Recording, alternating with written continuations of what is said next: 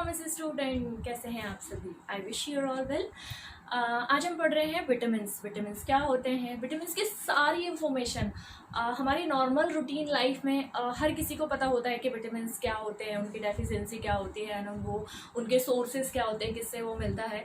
तो सबको विटामिन्स के बारे में पता होता है, but still exam point of view से हम एग्ज़ाम में उसको कैसे परफॉर्म करेंगे, उस पॉइंट ऑफ व्यू से आज मैं आपको ये वीडियो बनाकर दे रही हूँ। और नॉर्मल रूटीन लाइफ में अगर किसी को विटामिन्स की इन्फॉर्मेशन चाहिए तो उनके लिए भी ये बहुत अच्छा साबित होने वाला है ये वीडियो। तो सबसे पहले मैं आपको विटामिन के बारे में बता दूँ। विटामिन किसने डिस्कवर किया था? विटामिन डिस्कवर किया था हॉपकिंस ने, और ये डिस्कवर हुआ था 1929 में। 1929 में हॉपकिंस ने ये डिस्कवर कर चुके थे और उनको नोबेल पुरस्कार मिला था। ठीक है। और फंक जो है, साइंटिस्ट जो फंक हैं, उन्होंने सबसे पहले इसको नाम क्या दिया? Vital amine. ठीक है। लेकिन फिर ये इसको बाद में वाइटामाइन बोलने लगे। ठीक है। और वाइटामाइन हम लोग फिर उसको नाम मिला वाइटामाइन, लेकिन हम लोग इसको क्या बोलते हैं? विटामिन बोलते हैं, लेकिन इसका एक्चुअल नाम है वाइटामाइन। ठीक है। विटामिन्स क्या होते हैं? विटामिन्स बोला जाता है। विटामिन्स क्या होता है? विटामिन होते हैं ऑर्गेनिक कंपाउंड। ठीक है।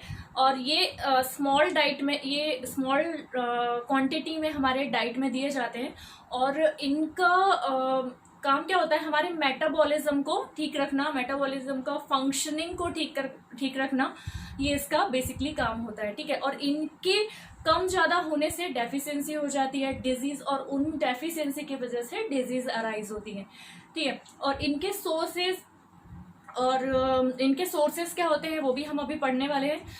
ये दो टाइप के होते हैं, एक फैट सोल्यूबल और एक water soluble. Fat soluble vitamin 4 type के होते हैं, के, ई, डी और ए। ठीक है। ये ऐसे विटामिन होते हैं जो फैट में मिक्स हो जाते हैं, सॉल्व हो जाते हैं, घुल जाते हैं, और ये हमारे स्टमक में जम जाते हैं, हमारे स्टमक में स्टोर हो जाते हैं अगर ये यूज ना हो तो। ठीक है। और अगर इनका यूज हो जाता है, जो वाटर सॉल्युबल विटामिन है वो यूज हो जाते हैं और वो एक्सक्रिएट हो जाते हैं, थ्रेश आउट हो जाते हैं हमारे एक्सक्रिएशन सिस्टम के द्वारा। लेकिन जो फैट सॉल्युबल विटामिन होते हैं वो सिर्फ वो या तो यूज होंगे या फिर स्टोर हो जाते हैं, बट थ्रेश आउट नहीं होते हैं, हमारी बॉडी से निकलते नहीं है। उनको हमको एनर्जी में कन्वर्ट करके यूज करना ही होता है। इसलिए बोला जाता है कि एक दिन वीक में एक दिन फास्ट होना चाहिए, फास्ट रखना चाहिए, उपवास जिसको बोलते हैं वो रखना चाहिए। ठीक है। क्योंकि ये विटामिन्स ऐसे ये एनर्जेटिक होते हैं, इनमें एनर्जी होती है। ये हमारी बॉडी में जब हम कुछ खाते नहीं हैं या हम कुछ पीते नहीं हैं, कोई ड्रिंक नहीं ले रहे हैं या कोई फूड नहीं ले रहे हैं, तो उस समय पर ये ही विटामिन्स जो स्टोर होते हैं ये एनर्जी प्रोड्यूस करते हैं, हमारी बॉडी प्रॉपर वर्क कर रही होती है। ठीक है। और फैट सोल्युबल विटामिन्स जो होते हैं वो बिलियरी ट्रैक्ट में स्टोर होते हैं। बिलियरी ट्रैक्ट 3 चीज़ों से मिलकर बनी होती है, स्टमक, गॉल ब्लैडर और पैनक्रियास। इन तीनों में एक ट्रैक सिस्टम इक्वल और म्यूचुअल होता है। तो ये ट्रैक सिस्टम में जब फैट्स डिपॉजिट हो जाते हैं, जमा हो जाते हैं, स्टोर हो जाते हैं, तो इस बिलियरी ट्रैक्ट में बहुत सारे डिजीज हो जाती है, टॉक्सिक इफेक्ट प्रोड्यूस हो जाता है मेगा डोजेस ऑफ विटामिन की वजह से। ठीक है। तो इनमें जमा ना हो इसके लिए फास्ट करते रहिए, योगा करते रहिए, और एक्सरसाइज जो है वो हर किसी को करना चाहिए। अराउंड 8, 9, 10th एज के जो बच्चे हैं उनको, सारे बच्चों को एक्सरसाइज मस्ट होता है, कंपलसरी होता है, ताकि ये टॉक्सिक इफेक्ट इन विटामिन्स की वजह से हम ह्यूमंस को ना हो। ठीक है। अब मैं पढ़ाने वाली हूँ आपको वाटर सोल्यूबल विटामिन्स। देखिए, ये जो विटामिन्स है वाटर सोल्यूबल विटामिन्स, ये हम लोग लेते हैं, मतलब हम लोग इन विटामिन्स को लेते हैं और ये यूज होते हैं और ये थ्रेश आउट हो जाते हैं, ये स्टोर नहीं होते हैं हमारी बॉडी में। ठीक है। और इनको लर्न करने का, देखो विटामिन्स जो है, विटामिन्स का नाम, फिर विटामिन्स का केमिकल नेम जो बहुत इंपॉर्टेंट होता है, बेसिकली सारे क्वेश्चन यहीं से बनते हैं। उसके केमिकल नेम से, फिर उनके डिजीज सिम्टम और सोर्सेस। इन सारी चीजों को याद रखने के लिए कि वो आपको सीक्वेंसली याद रहे, कोई किसी में मैच ना हो कि यार बेरी बेरी किसकी वजह से होता है या ब्लड क्लॉटिंग किसकी वजह से होता है, डर्मेटिस क्या है, तो ये सारी चीजें एक दूसरे में मिसमैच ना हो, इसके लिए छोटे छोटे फॉर्मूले बना लेते हैं। उन फॉर्मूलों के अकॉर्डिंग अगर हम इसको एक्सप्लेन करें, हमको याद तो हो जाते हैं सारे विटामिन, लेकिन हम उनको प्रॉपर एक्सप्लेन नहीं कर पाते क्योंकि वो मिक्स हो जाते हैं। हम बहुत सारी चीजें, मैं पेपर के पॉइंट ऑफ व्यू से आपको समझा रही हूँ कि पेपर के पॉइंट ऑफ व्यू से कैसा होता है, हमारे दिमाग में बहुत सारी चीज होती है और हमको किसी भी प्रकार का कंफ्यूजन ना हो, इसके लिए मैंने एक छोटा सा फॉर्मूला, इसको लर्न करने का एक छोटा सा फॉर्मूला यहाँ पर बनाया हुआ है। तो देखिए इसको कैसे परफॉर्म करते हैं। देखिए यहाँ पे मैंने लिखा है वाटर सॉल्युबल विटामिन, ठीक है। अब वाटर सॉल्युबल विटामिन के विटामिन यहाँ पर लिख देंगे हम लोग, उसका केमिकल नेम लिखेंगे, डिजीज सिम्टम और सोर्सेज लिखेंगे। देखिए सबसे पहले आप इस पर ध्यान दीजिए, यहाँ पर मैंने लिखा है, यहाँ पर लिखा है 3, आपको दिख रहा है 3 nice people performance best fan club, ठीक है। छोटे छोटे फॉर्मूले की वजह से आपको बहुत अच्छे से स्टडी हो सकती है। हम टीचर्स जो होते हैं वो हर टॉपिक को इजी करने के लिए सारी कोशिश करते हैं कि बच्चों को टॉपिक्स इजी करके मिले, ठीक है। देखिए यहाँ पे लिखा है 3 लिखा है। अब इन छोटे छोटे नाम से देखो कितना ऐसे लग रहा है ना कि विटामिन क्या करते हैं हमारी बॉडी में, परफॉर्म करते हैं। तो यहाँ पे भी एक ऐसा फॉर्मूला मैंने लिखा है, बनाया है कि आपको ये इजीली हो जाए। 3 nice people perform best fan club, आप 2-3 बार बोलेंगे याद हो जाएगा। 3 नाइस पीपल परफॉर्म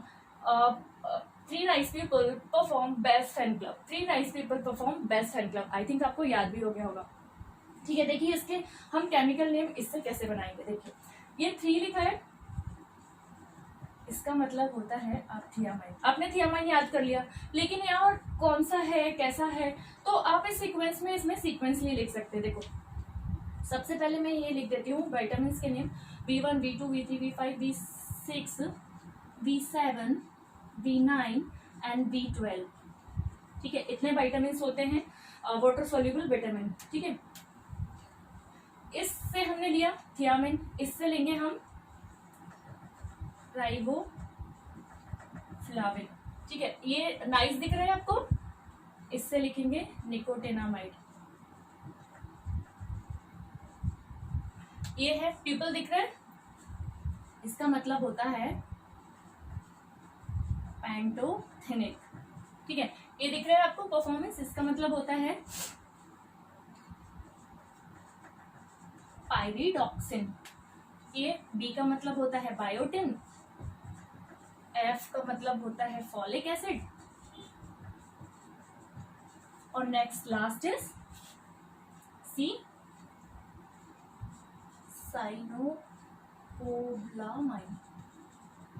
ठीक है। ये होता है साइनोकोबालामाइन। देखिए कितना आसान हो गया है आपको इस परफॉर्मेंस से, इस फॉर्मूले से इसको लिखना। B1 का केमिकल नेम थियामिन है, B2 का केमिकल नेम राइबोफ्लाविन है, B3 का निकोटिनामाइड है, B5 का पैंटोथेनिक है, ठीक है। B6 जो है उसका है पायरिडॉक्सिन, B7 का बायोटिन, B9 का फॉलिक एसिड एंड B12 को साइनोकोबालामाइन बोला जाता है। अब देखिए इनके डिजीजेस क्या हैं। अब इनको तो हमने याद रख लिया, अब इनके नाम भी तो उतने ही टफ होते हैं ना डिजीजेस के नाम, तो इनको कैसे याद रखेंगे। इसके लिए भी आपके लिए एक फॉर्मूला है, बहुत छोटा सा फॉर्मूला है, आप जनरली याद रखते हैं। हम लोग महाराष्ट्र के लोग हैं, तो महाराष्ट्र में बापा की बहुत पूजन की जाती है, और जब हमारा सेलिब्रेशन आता है तो हम बापा की डीपी भी लगा के रखते हैं। देखो BAPPADP, वेरी सीक्वेंसली। अगर आप इसमें मिस्टेक नहीं करते हैं सीक्वेंस में, तो आपका परफॉर्मेंस इतना बेस्ट होने वाला है और आपको पूरे मार्क्स मिलने वाले हैं। देखिए बी लिखा है यहाँ पर, इसका मतलब होता है वेरी वेरी, ठीक है। ये हो गया एक। ए लिखा है राइबोफ्लाविन,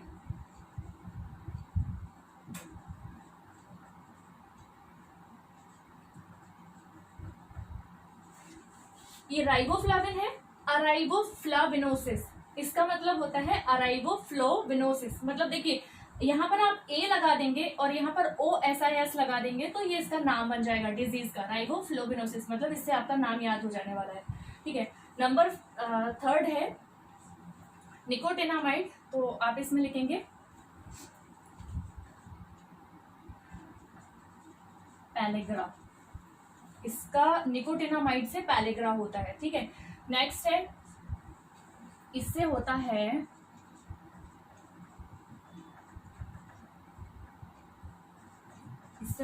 पैरास्थेसिया। ठीक है, ये वाले पी से, ये दोनों में कंफ्यूज मत होइए। ठीक है, पैलेग्रा जो होता है वो निकोटिनामाइड से होता है, पैरास्थेसिया जो होता है पेंटोथेनिक से होता है। ठीक है, ये जो है ए का होता है एनीमिया, ए का मतलब एनीमिया, और जो डी है उसका होता है डर्माटाइटिस।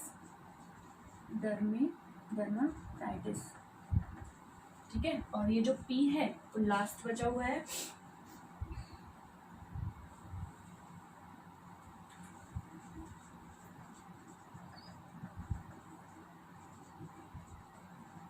पर्नीसियस एनीमिया, मतलब फोलिक एसिड और साइनोकोब्लामिन दोनों की डेफिशिएंसी की वजह से पर्नीसियस एनीमिया होता है। ये दोनों के सेम डिजीज होते हैं। ओके, देखिए कितना इजी था, कितना आसान था। अगर आपने इनके नाम याद रख लिए तो उनको सीक्वेंसली इसके साथ मैच करके आप लिख सकते हैं इजीली। ठीक है, अब लिखेंगे हम सिम्टम्स। सिम्टम्स क्या होते हैं? वेरी वेरी जो होते हैं वो 2 टाइप के होते हैं, वेट और ड्राई। ठीक है, वेट वेरी वेरी की वजह से जो इफेक्टेड होता है वो होता है हमारा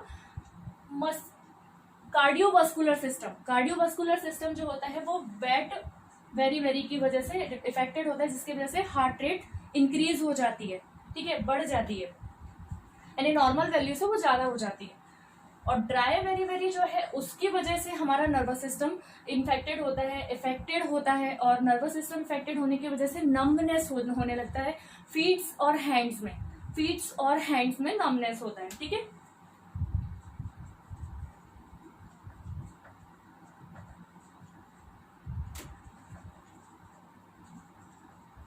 फीट्स और hands. Okay, now next riboflavin जो B2 की वजह से होता है, एरिबोफ्लाविनोसिस। इसमें क्या होता है, इसमें जो ये लिप्स के जो एंगल देख रहे हैं आप 1 2 3, चाहे वो अपर एंगल हो या लोअर एंगल हो, ये जो लिप्स के एंगल हैं उनमें कट हो जाता है। ठीक है, ये राइबोफ्लाविन की डेफिशिएंसी की वजह से लिप्स के एंगल जो होते हैं उनमें कट्स होने लगता है। ठीक है,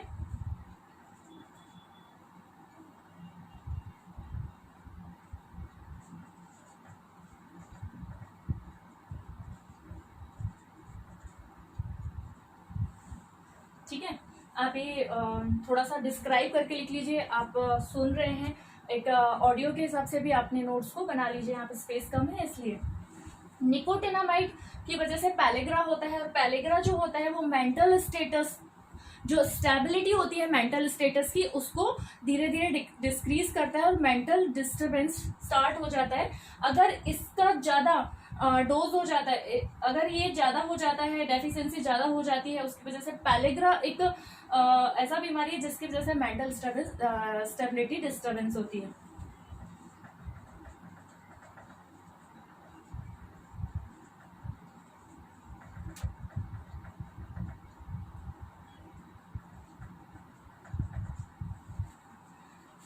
नेक्स्ट पढ़ेंगे पेंटोथेनिक पैराइथियासिस। इसकी वजह से पेरिफेरल सिस्टम जो हमारा होता है वो डिस्टर्ब होता है। प्लीज ऑडियो से इसको लिख लीजिए, मैं यहाँ लिख नहीं रही हूँ क्योंकि स्पेस बहुत कम है। पेंटोथेनिक जो है वो पैराइथियासिस बीमारी राइज करता है, और पेंटोथेनिक की डेफिशिएंसी की वजह से पैराइथियासिस डिजीज राइज होती है, और इसकी वजह से हमारा पेरिफेरल सिस्टम इन्फेक्टेड होता है, डैमेज होता है। ठीक है, नेक्स्ट है पायरिडॉक्सिन। ये विटामिन 6 की वजह से होता है, ये बहुत इंपॉर्टेंट विटामिन होता है। इसकी वजह से एनीमिया हो जाती है, मतलब डेफिशिएंसी ऑफ रेड सेल की डेफिशिएंसी हो जाती है।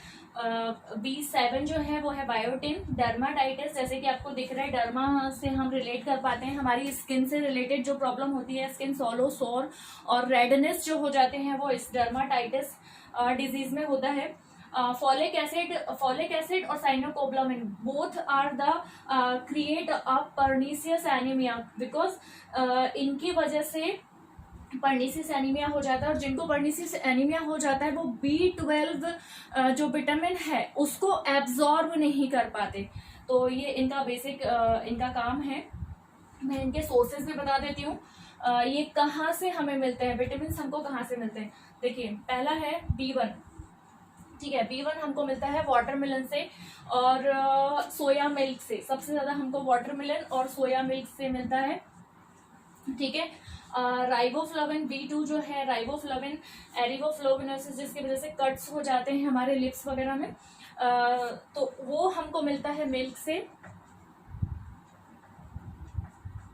मिल्क से मिलता है, चीज, योगर्ट, इन सब में। एक्चुअली मैं इनके सोर्सेज बहुत ज्यादा होते हैं, बहुत सारी चीजों में बहुत सारे विटामिन अवेलेबल होते हैं, लेकिन मैं आपको रिच सोर्स बता रही हूँ कि किस विटामिन का कौन सा सोर्स रिच सोर्स है, मतलब जिसको खाने से, रेगुलर यूज करने से आप उस विटामिन की डेफिशिएंसी को हम कवर कर पाते हैं, ठीक है।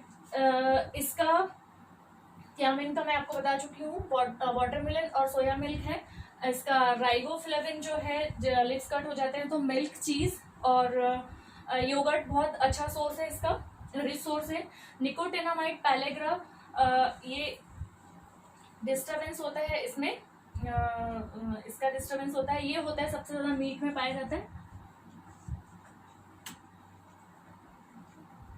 मीट में नहीं, एग में पाया जाता है, ठीक है। एग, मिल्क और बीफ जो होता है उनमें सबसे ज्यादा पाया जाता है। पैंटोथेनिक पैरास्थियास जो होता है ये किस रीजन से होता है,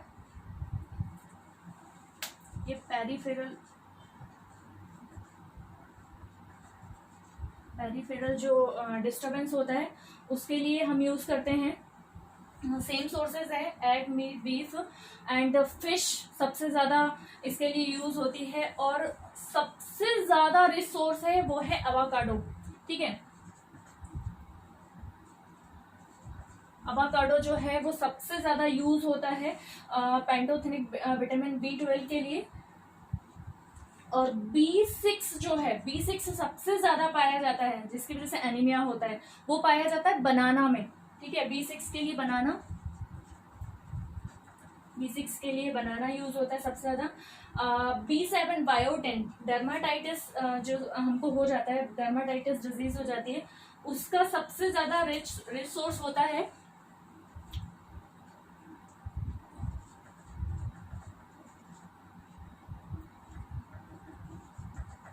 होल ग्रेन। सारे ग्रेन्स में B7 पाया जाता है। एंड B9 जो है वो स्पिनिच और broccoli is a resource. Broccoli मतलब वो हमारा कॉलीफ्लावर, ग्रीन कलर का कॉलीफ्लावर जो होता है उसमें सबसे ज्यादा फॉलिक एसिड पाया जाता है। और साइनोकोब्लामिन ये सबसे ज्यादा पाया जाता है डेयरी प्रोडक्ट में, पनीर, चीज, मिल्क एंड डेयरी के जितने भी प्रोडक्ट होते हैं जो मिल्क से बनते हैं उन सब में साइनोकोब्लामाइन पाया जाता है।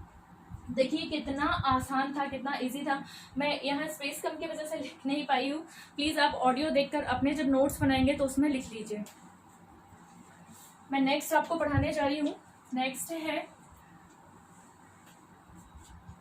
Fat soluble vitamin.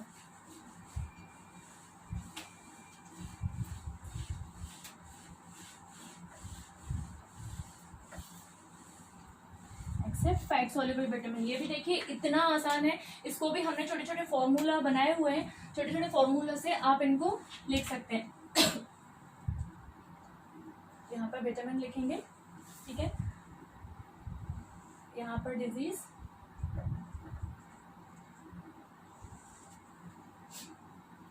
नहीं सॉरी, यहाँ केमिकल नेम लिखते हैं ताकि उसका